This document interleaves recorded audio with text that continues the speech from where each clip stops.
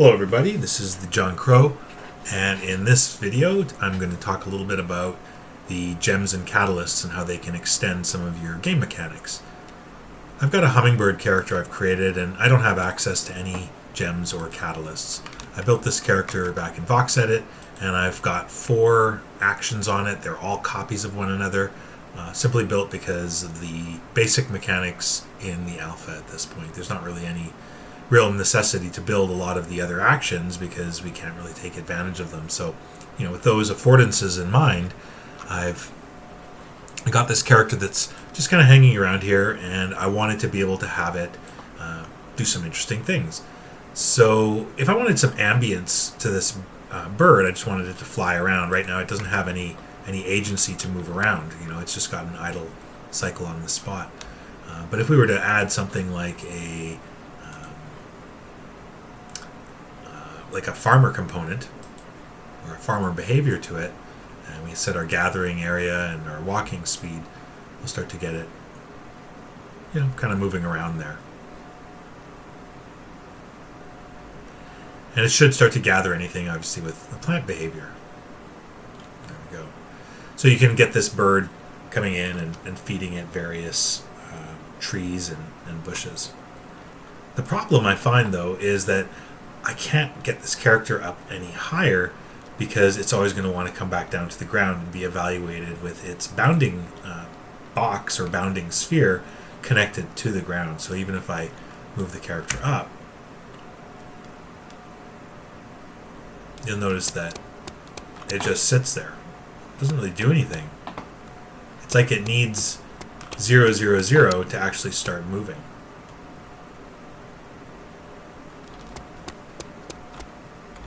If I bring it back down in contact with the ground,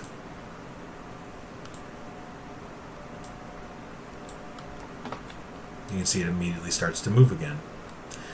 So perhaps I need to go higher on the gathering area. So let's go like 6, and then if I do that, can I get it up really high in the air?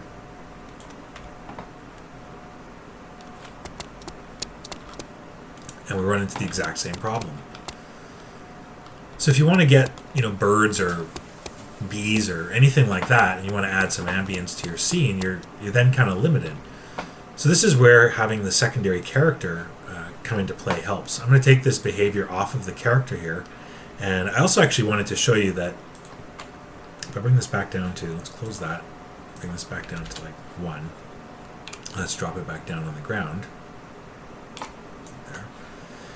If I was to edit the logic, you'll notice areas like the enemy detection, for example, maxes out at 2, and that's because I've again got 0 gems. The speed at which I gather is also driven by gems, as is my fastest speed that the character walks to do some gathering. So that's interesting to note.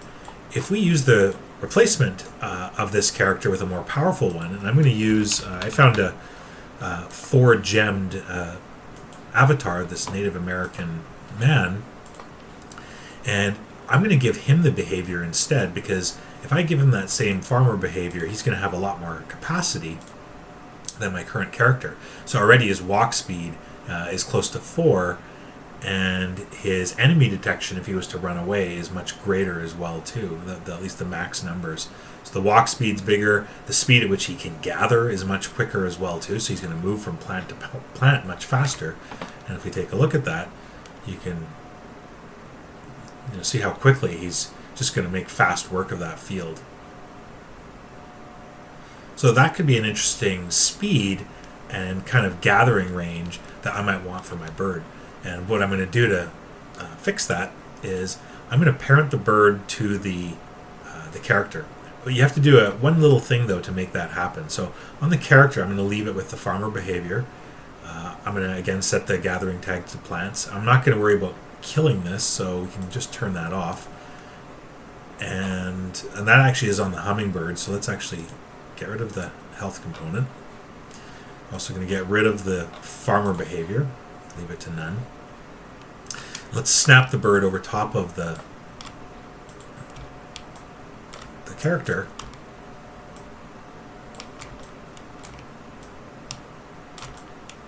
There we go. And let's kind of move it up in the air a little bit. So we have a character that can fly around at height through the trees. If I parent the two of them through the outliner, I'm going to move over into the outliner here, or the hierarchy. I'm going to parent the two of them. I'm going to take the hummingbird and just drag and drop it onto the character. So I'm going to take the widget and drag it. So we get that. So now as the character walks around, we're dragging the bird along with it. The problem is when I go to hide this character, the bird's going to pick up the exact same status of the visibility flag. That looks like it transfers down from parent to child to grandchild, perhaps. I don't know actually if it goes down to a grandchild. But you'll notice that it's visible in the viewport here, but as soon as I jump into the game maker and actually play the game, it isn't. In order to fix that, and again, you'd think maybe you can just kind of toggle this a couple times and it doesn't really do anything. Really the only thing you can do is use the message broadcaster and just use it for one thing only, to use the toggle visibility. So on this child object, we're going to bring it back by using the message broadcaster, and we don't need to actually send any message at all. All we need to do is enable the visible flag to be true, which will end up bringing back the visibility of this child object. Turn it off. You can again see our child is visible there, and now we get that behavior. And you'll see that our plants disappear as well too.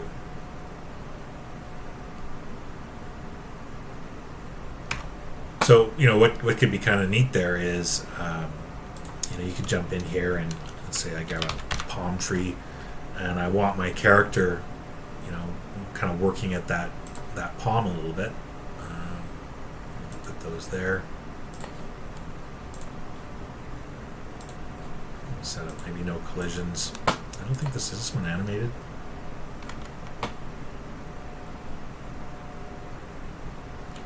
No.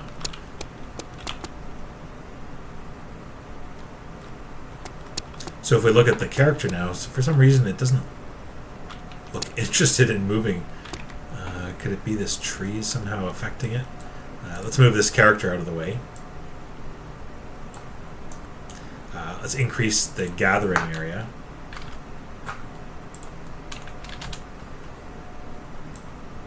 And if we were to just randomly, actually, I don't want to kill that off, so I'm not going to duplicate that. I'm just going to move it out of the way. Sometimes find that the bounding volumes in the game maker can sometimes be a little finicky when you're trying to select things. So sometimes I'll just move things out of the way or move it up in the air. I'm going to take the collisions off of this. There we go. So you can see I can use it to have the bird look like it's kind of hanging out at specific trees just by moving it over top of the food source that it's killing off. And with specific birds, they're going to like certain berries and certain kinds of trees. So perhaps you could even build in a second or a tertiary asset that allows them to actually remove the berries from the trees. That could be kind of an interesting feature. And of course, now as I put more trees out, the bird just kind of takes off, right? It goes into his own corner. I wonder if sometimes you don't just have to kind of reset things a little bit. Go and find the guy and just kind of move him around. There we go.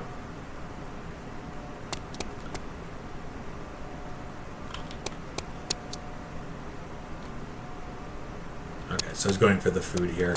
And again, if I had them at the individual trees, you could really have them kind of going from tree to tree there. And that's kind of an interesting way of having maybe birds kind of fly out of trees, kind of flock out of trees, that kind of thing, and have some hidden elements. I wonder if we could actually hide the actual sources that the birds are eating. Maybe we don't want them to be aware that it's a plant behavior, so I'm wondering if you could even get in here. Oh, come on. And let's say turn off the visibility of the grass and still have the grass interacted with by the the agent that the bird is parented to.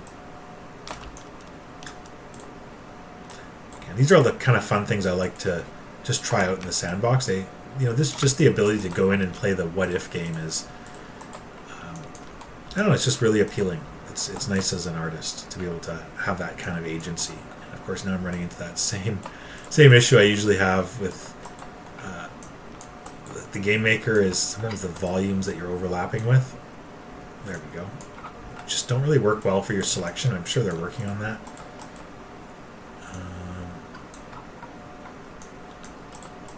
There we go. Let's move that over here. Turn that off.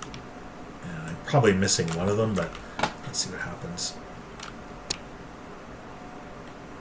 So it went right. Oh no, it skipped the tree.